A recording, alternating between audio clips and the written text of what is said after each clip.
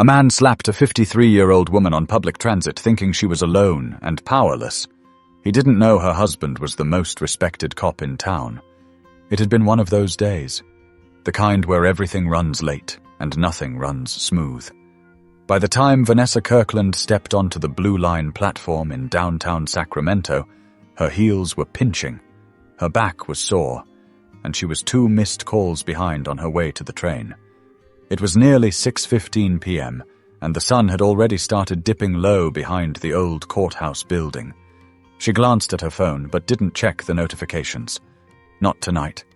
Vanessa was 53, sharp-minded, warm-voiced, and known for wearing 2 things without fail: her silver-framed glasses and her patience. She worked as a lead advocate at a non-profit legal center. Long days, emotionally draining cases, paperwork that never stopped. But she wouldn't trade it.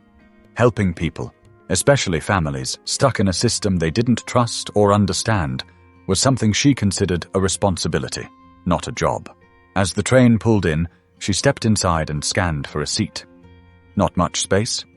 She spotted a half-empty row near the middle and eased down with a quiet sigh, setting her tote bag beside her.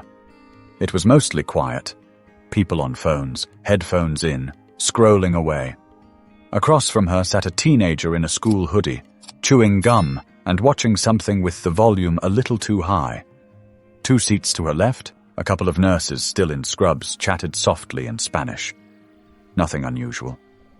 The train moved. Vanessa leaned her head back and exhaled. She thought about dinner, probably just leftovers. Maybe she'd reheat that lentil stew. Or maybe just cereal and a long bath. Her mind drifted. But then came the voice. Loud, fast, and smug.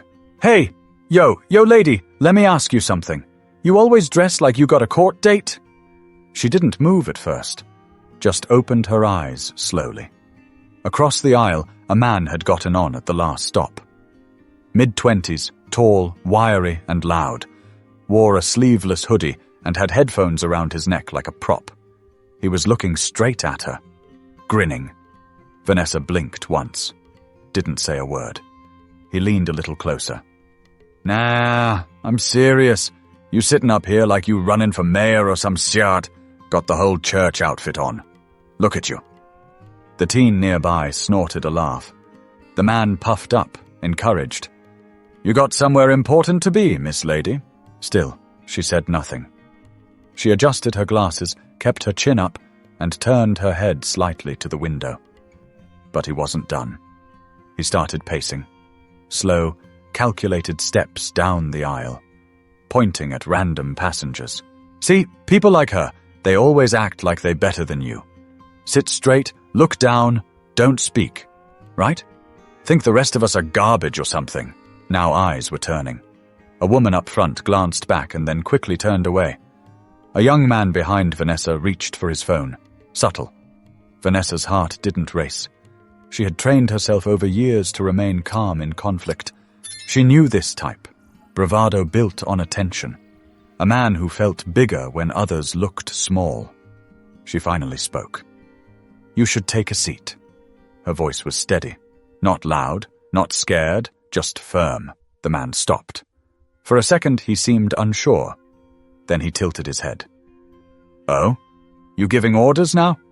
You got a badge or something?" Vanessa didn't flinch.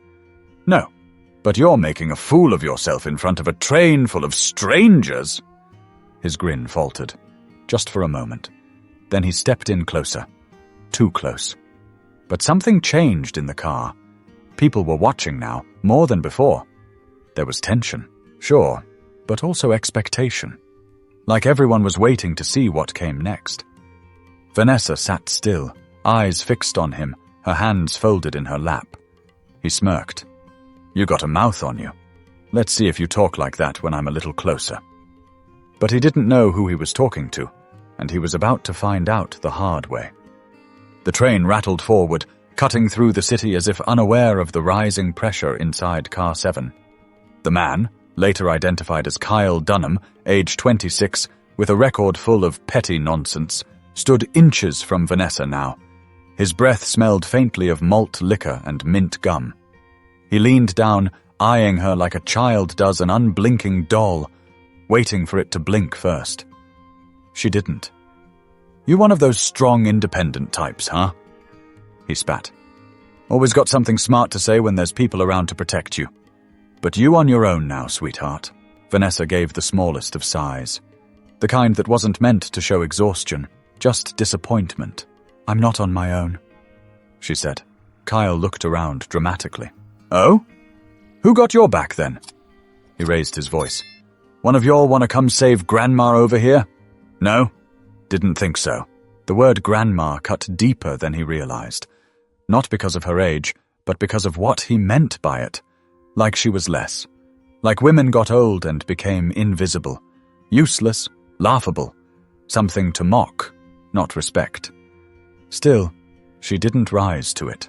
"You're embarrassing yourself," she said softly. "That's what bullies do when they're scared." "You scared, Kyle?" He froze. "How you know my name?" He snapped. Vanessa leaned just slightly forward, her voice still calm. "You said it earlier. On the phone.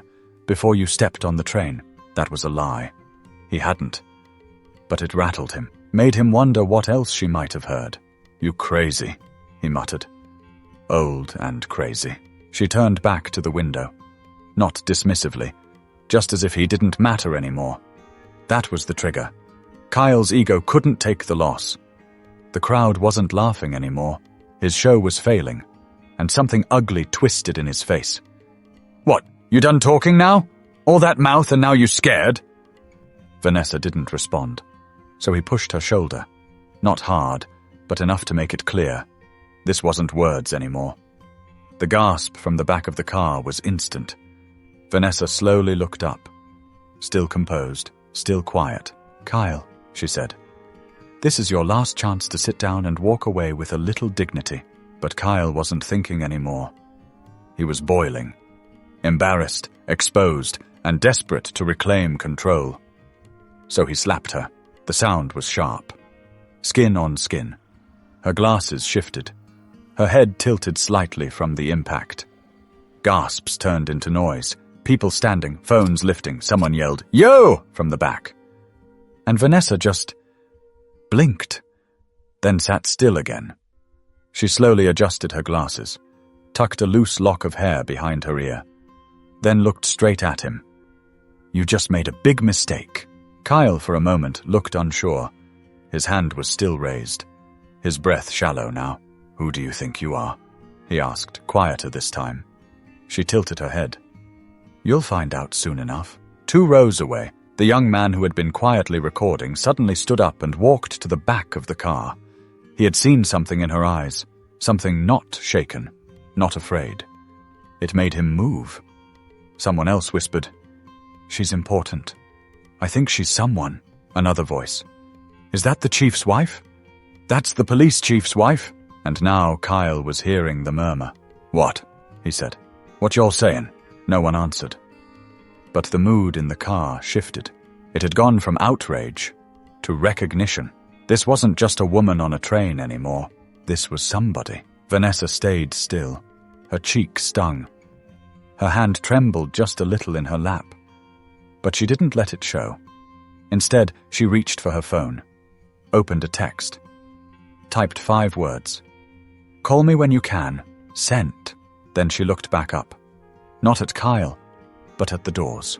The train was 1 stop away from Curtis Park Station, and that was all the time he had left. Curtis Park Station was less than 2 minutes away now, but for everyone inside that train car, time started to stretch. Nobody was talking anymore. Not really. There were whispers, murmurs, yes, but it was different now. Focused. Heavy. Kyle could feel it. He didn't like it. He stood in the center of the aisle like he had something left to prove, but his eyes darted more now. He looked at the passengers who wouldn't meet his gaze. He looked at the people filming and hated that they weren't laughing. They weren't scared of him either. Not anymore. "Man, y'all trippin'," he muttered. "She started it, trying to act all high and mighty." No one responded. Across from him, Vanessa had shifted her tote back onto her lap. Her fingers were wrapped tightly around the straps, her thumb brushing over a small, stitched corner, back and forth. She wasn't scared. But that didn't mean she wasn't angry. She was. The kind of anger that doesn't shout. The kind that waits. The kind that's earned. Her cheek still burned. The imprint of his palm hadn't faded. But she didn't touch it. She kept her posture straight, shoulders squared. She knew people were watching. Not just the ones with phones, but the quiet ones too. The ones who had seen things like this happen before and never known what to do. Now they were watching her. And so was Kyle. "You think you're better than me," he hissed suddenly. "That's what this is. You people always act like you're too good." That phrase, "you people," hit the air like a lit match in a dry field. Vanessa finally looked at him. Her voice was low. "I don't think I'm better than you.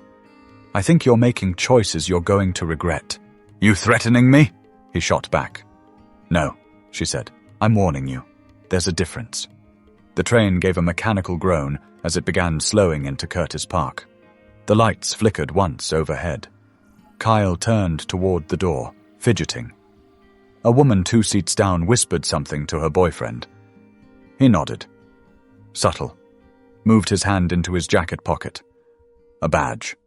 Off-duty officer, just waiting for the signal. And then, Kyle turned back one last time. "You ain't nothing but a loud mouth in a skirt!" He spat. "Nobody gonna save you." And with that, he reared his hand back again. But this time, someone moved. Not Vanessa. Not the off-duty cop. A man from the far end of the car, tall, bearded, construction vest still dusty from work, stepped forward fast. His hand gripped Kyle's wrist mid-swing and yanked it down. "You try that again and I'll break your arm," the man said. Calm. Mean it. Kyle tried to pull away but couldn't. The man was stronger. Steadier. "You done?" he asked him. Kyle cursed, pulled back, stumbled toward the opposite wall of the train. He looked like a cornered animal now, snarling more out of panic than pride. Vanessa stood up. Not fast, not dramatic, just steady. She looked around the car, at the woman holding her phone, at the young man in the hoodie, at the kid in the back pretending not to care. Then she looked at Kyle. "I'm not going to press charges for what you just did to me," she said, loud enough for everyone to hear. "But someone will. Someone always does. And when they do, I hope it's on camera." The train hissed as the doors opened. Curtis Park Station. Light poured in from the platform. And standing on that platform, flanked by 2 plainclothes officers, was Darius Kirkland. He wasn't in uniform. Didn't need to be. Black button-down shirt. Slacks. Clean, serious. He stepped on the train. No one said a word. Kyle looked at him, confused. "Who?" "Get off the train," Darius said flatly. Kyle didn't move.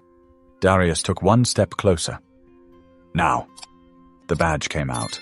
Not a flash, just a calm reveal. The last name was right there. Kirkland. Kyle's eyes snapped to Vanessa, and something clicked. That name. Her. Oh no," he breathed. The off-duty officer behind him placed a hand on his shoulder. "Let's go." "I didn't know!" Kyle shouted. "Yo, I didn't know who she was." Darius said nothing. Vanessa stepped off the train first. She didn't look back. But the man who slapped her would never forget the moment he realized who she was, nor how close he came to losing a lot more than his pride. They walked Kyle off the platform like a child pulled out of class for acting up. But this wasn't school, and there'd be no note sent home. The train pulled away behind them. Vanessa kept her stride smooth, even. Darius walked beside her but didn't say much. He didn't have to. His jaw was tight. Not out of rage, but restraint. Years of policing had taught him when to raise his voice, and when silence did the job louder. Behind them, Kyle was being sat on a bench near the platform stairs. He was breathing heavy, eyes wide now, still in disbelief. A plainclothes officer stood nearby, keeping watch without much expression. Vanessa slowed her pace and finally spoke, her voice barely above a murmur. "I'm okay." Darius looked at her, eyes softening for the first time since he stepped on the train. "I know you are," he said. "But I'm not." He paused. "I watched that whole video before I got here. First text that came through was from Naomi Simmons. Remember her? From Housing Court?" Vanessa nodded once. "She saw it happen in real time, sent it to me with just 4 words. 'Is this your wife?'" Vanessa let out a breath that sounded half like a laugh, half like tired relief. "You should have seen the kid in the 3rd row," she said. "He tried to make himself invisible the moment that boy started getting loud. Looked just like Darren when he used to pretend to sleep to avoid chores." Darius chuckled. "I miss that boy," she nodded, her gaze drifting across the platform. "I think a lot of people on that train have seen this play out before. Only this time, it didn't go the usual way." He touched her shoulder lightly. "It's because you didn't flinch. That changes everything." A few yards behind them, Kyle was starting to unravel. Not from guilt, not yet, but from fear. The fog was clearing, and the man he slapped was standing right there, shaking hands with law enforcement, while his own hands were tucked under his thighs, like a kid trying not to get scolded. One of the officers leaned over and said something to him. His response was sharp, too loud. "I didn't even hit her that hard." Darius heard it. He looked at Vanessa, his eyes still calm. "You mind if I handle this part alone?" She nodded. "I trust you." Darius walked back toward Kyle. Slow, measured steps like he was walking up to a podium, not a bench. Kyle straightened when he saw him coming. "Yo, look, I didn't know who she was, man. I didn't know she was, married to a cop. I thought she was just what?" Darius cut in. "Say it!" Kyle's mouth opened, but nothing came out. Darius sat down next to him, not too close, but enough. "You thought she was just some woman. On her own. Easy target." Kyle's lips twisted, searching for a defense. She was mouthing off. "No," Darius replied, his voice cool. "She was showing you what restraint looks like. That's not something you see often, is it? I didn't hit her like that, though. You touched her. You put your hands on her, in front of people, on camera. And then you tried to do it again." Kyle looked around like he was trying to find someone to back him up. But the platform had cleared. Nobody was coming to save him. Nobody ever did for people like Vanessa. That was the point. "You're lucky," Darius continued, "because she's giving you grace that most wouldn't. But don't confuse that with weakness." Kyle looked down. His bravado had shriveled into something smaller. The puffed-up confidence gone. He looked more like a boy now, lost, tired, and suddenly very aware of how much worse this could have gone. "What's going to happen to me?" he asked. "That depends," Darius said. "Right now, you're getting detained. There's an outstanding warrant on you for a missed court date from 3 months ago. Unrelated, but not forgotten." Kyle's mouth dropped open. "And later?" Darius stood up. "That depends on what kind of man you decide to be when you walk out of holding." He turned without waiting for a response and walked back to Vanessa, who was now seated near a column, eyes closed for a moment of peace. But there was still more to this story, and the weight of it hadn't fully settled. At least, not yet. They didn't leave the station right away. Vanessa had taken a seat on the long metal bench near the wall, tucked under the faded Curtis Park signage. She sat upright, legs crossed at the ankle, her hands finally free of tension. It was quiet again, the kind of quiet that usually follows a storm. Darius stood a few feet away, phone pressed to his ear, speaking low into the receiver. Vanessa couldn't hear what he was saying, but she recognized his tone. It was the voice he used when cleaning up someone else's mess. After a few minutes, he hung up, walked over, and sat beside her. "They're taking him to county," he said. "He's not being charged yet for the slap. Not unless you say the word." Vanessa didn't answer immediately. She wasn't being coy. She just needed a moment to weigh what mattered most. "I'm not pressing anything," she said after a pause. "Let the warrant handle it. That's enough for now." Darius nodded slowly, biting his bottom lip. "He's lucky." "I know." They sat there together, side by side. People moved past them on the platform, some throwing glances, some whispering as they recognized her from the videos that had already started circulating. Vanessa had gone viral before. Not like this, though. Usually it was clips from her speeches at city forums or housing events. Once, someone had shared a video of her hugging a woman who had just won a child custody case, and it had gotten thousands of likes.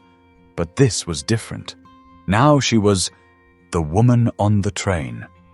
And her face, still marked faintly where Kyle's hand had landed, was spreading across timelines and news feeds in real time. She knew what was coming. Comment sections, hot takes, outrage, debate. Some people would call her a hero, others would call her soft for not retaliating. Some would find a way to blame her. Darius broke the silence. Remember that speech I gave last week? About dignity, public space, and consequence? Yeah, she said. I was in the front row. I said every citizen deserves to move through their city without fear. That is the baseline, not the luxury. She nodded. He went on. When I said that, I was thinking about everyone. Kids walking to school, grandparents catching the bus, teachers, nurses, grocery clerks.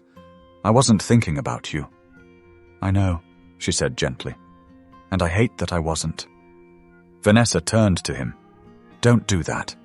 He looked down. You should have never been in that situation. She gave a short laugh. You think I haven't been in worse? His eyes lifted. I've lived 53 years in this skin, Darius.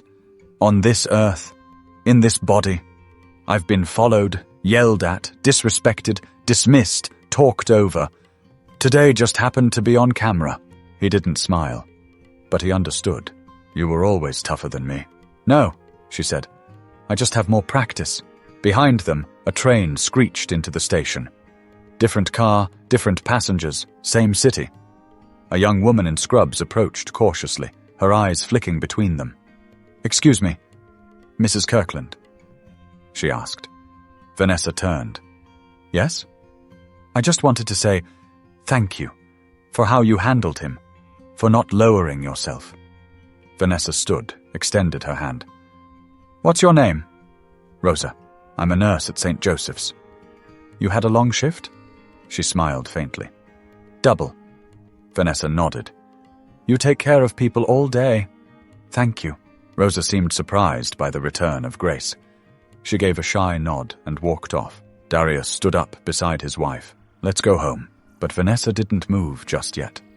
She took one final look around the platform, the train tracks, the benches, the signage, the people coming and going like none of it had happened, like time had pressed play again. I'll ride the train tomorrow, she said. You sure? Yes, and the next day, and the next. I won't be pushed into silence because someone doesn't know who I am. Darius placed a hand gently on her back. But as they left the station, neither of them knew how far this moment would ripple beyond that train car, until the headlines hit. By the time they reached their home in Southland Park, Vanessa's phone had buzzed more than 20 times. Darius's had gone off nearly as much. Friends, journalists, colleagues, people they hadn't heard from in years suddenly remembered their numbers. She let most of them go unanswered. The story had already made it to the local news by 9:00 p.m. One outlet titled it, Community Leader Assaulted on Light Rail, Suspect Apprehended at Station. Another went with something more theatrical. Slap on the train sparks debate over civility and race. But the video clips were what traveled fastest. 16 seconds, shot vertically, posted by someone who'd been sitting 3 rows back. It caught Kyle's words, Vanessa's utterance, the slap, and the moment she looked him in the eye afterward, like nothing he did could shake her. Within hours it had passed 100,000 views, then 200, then 500,000. Every comment had an opinion. Some were praising her restraint, some were asking why no one else stepped in sooner. Some, as always, found fault. Darius sat on the edge of their bed, scrolling through headlines, jaw tense again. Vanessa came in from the bathroom, face clean, hair wrapped. You need to put that down, she said. He looked up. I keep reading these comments. People dissecting what you should have said, what you didn't say. Like you were performing. That's the internet. I know. I just hate seeing you turned into a symbol. She raised an eyebrow. That's been happening since I was 13. First time I got followed around in a drugstore just for wearing lip gloss. I stopped being just a girl that day. Darius sighed. I know. I just wanted you to have some peace. I had peace, she said. I still do. That boy didn't take anything from me. If anything, he gave me a platform to say what I've always believed. He looked at her, waiting.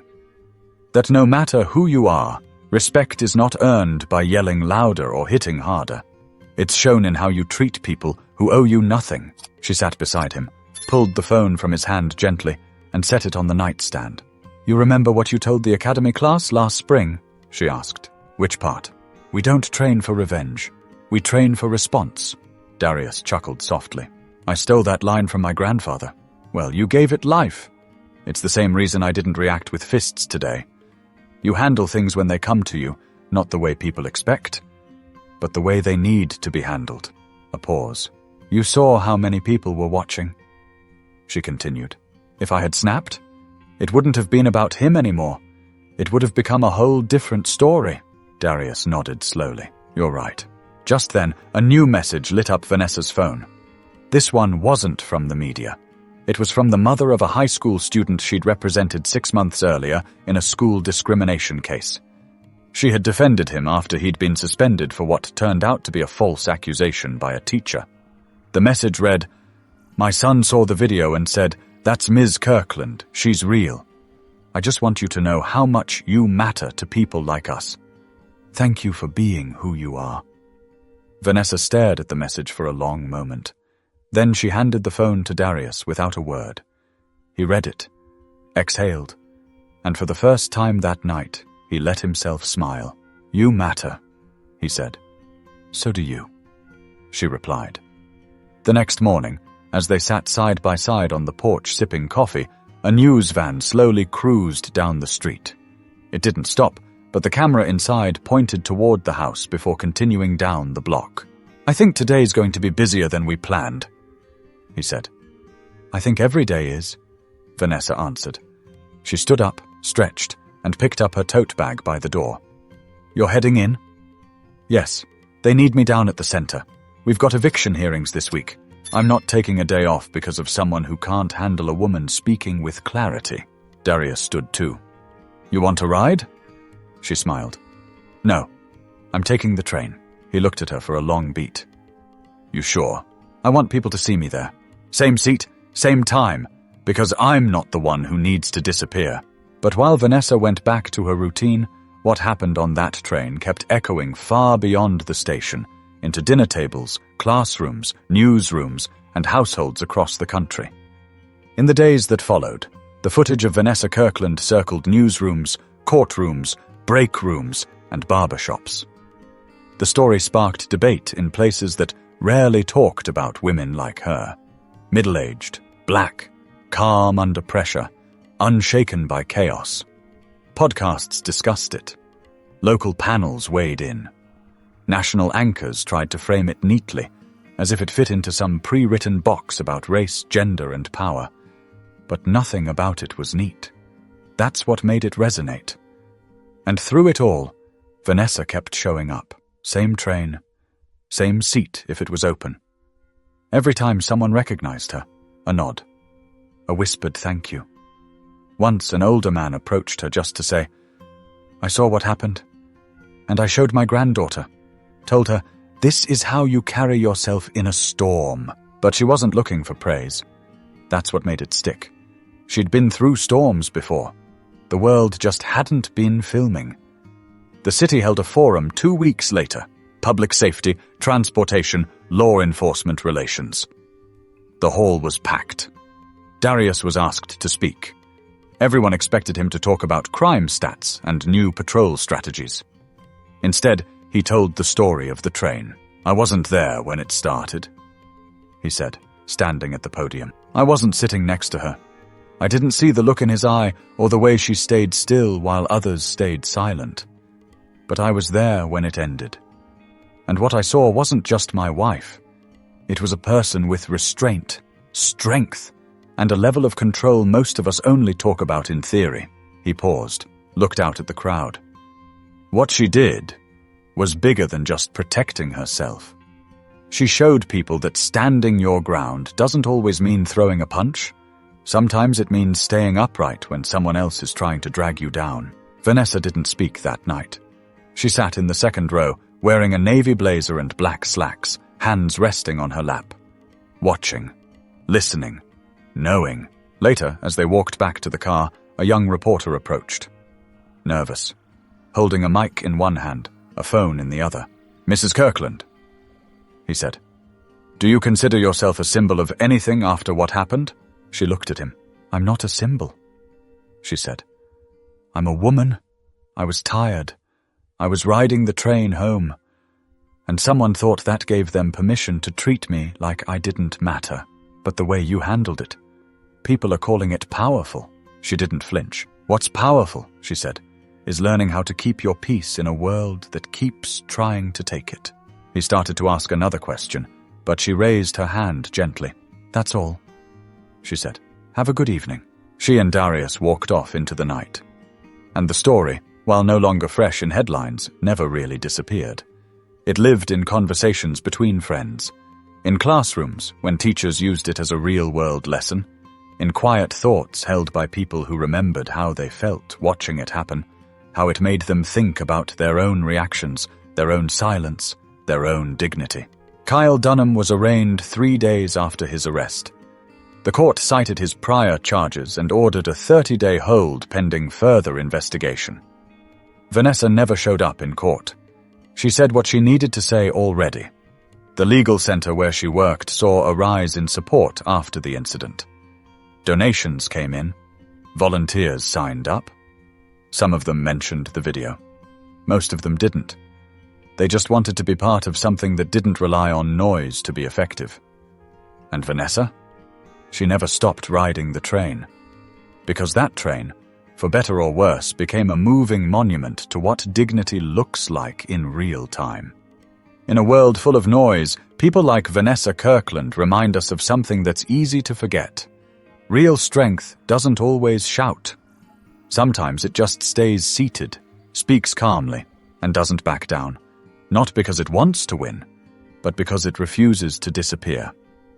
If this story moved you, made you think, or reminded you of someone you know, share it. Subscribe for more true-to-life stories like this one, where quiet power speaks louder than violence, and justice comes in more ways than one. Because you never know who you're sitting next to on the train.